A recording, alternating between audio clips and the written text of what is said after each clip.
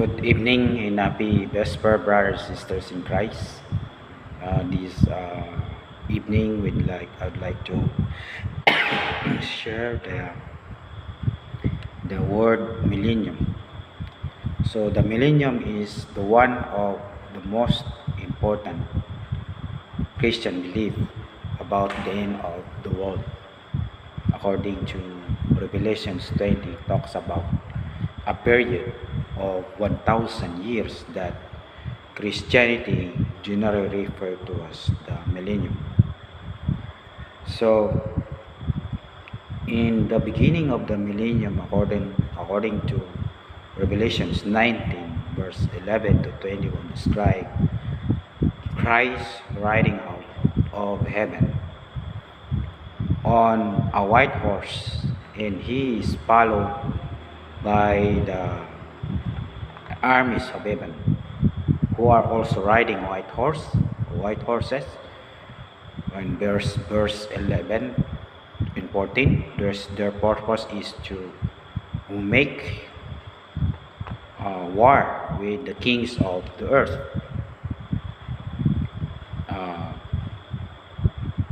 Kings of the earth and their armies in verses 9, 11, and 19 in chapter 19 concludes with is to make war with the kings and chapter 19 concludes with the armies of Christ being defeated in verses 20, 21. These symbolic descriptions of the second coming of Christ immediately followed by the millennium in chapter 20. From this, evident that Christ's second coming will occur at the beginning of the millennium. So, in Paul said that the Lord himself will come down, resurrections of the righteous from heaven, with a loud command, with the voice of the archangel, and with the trumpet call of God, and the dead in Christ will rise first. According to 1 Thessalonians chapter 4, verse 16. See also in 1 Corinthians chapter 15, 51 to 54, those one of the event to occur at the beginning of the earth. So, occur of the beginning of the millennium will be the resurrections of the righteous. So Paul then added that we also are still alive, and our left will be caught up together with them, the resurrected saints, in the clouds to meet the Lord in the air. And so will be with the Lord forever. 1 Thessalonians 4 verse 17. This suggests that God's people will be taken to heaven at Christ's second coming, and a statement that Jesus made while he was still on the earth confirmed these conclusions. He promised his disciples that I am going there, heaven, to prepare a place for you. And if I go and prepare a place for you, I will come back the second coming and take you to be with me, that you also may be where I am. In John 14, verse 2 and 3. Jesus is now in heaven. Acts 32, chapter 2, verse 32 and 33. Hebrews 9, verse 25.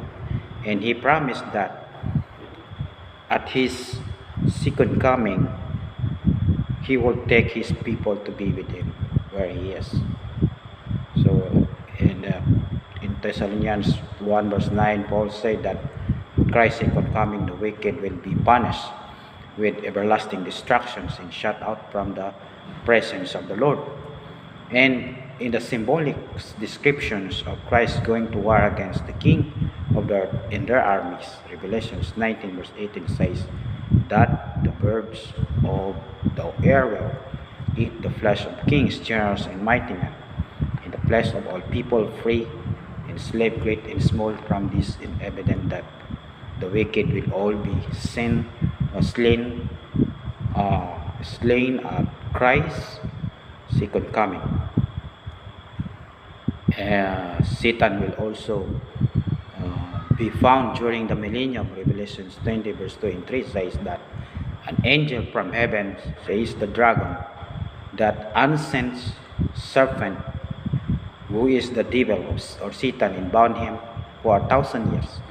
He threw him into the abyss and locked and sealed it over him to keep him from deceiving the nations anymore until the 1,000 years were ended.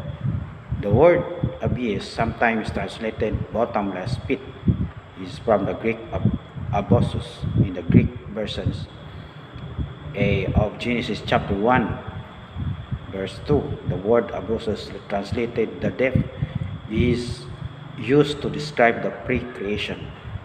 So conditions of the earth, Revelation simply means that during the millennium, Satan will be confined to this desolate earth with no one to tempt. So God bless everyone.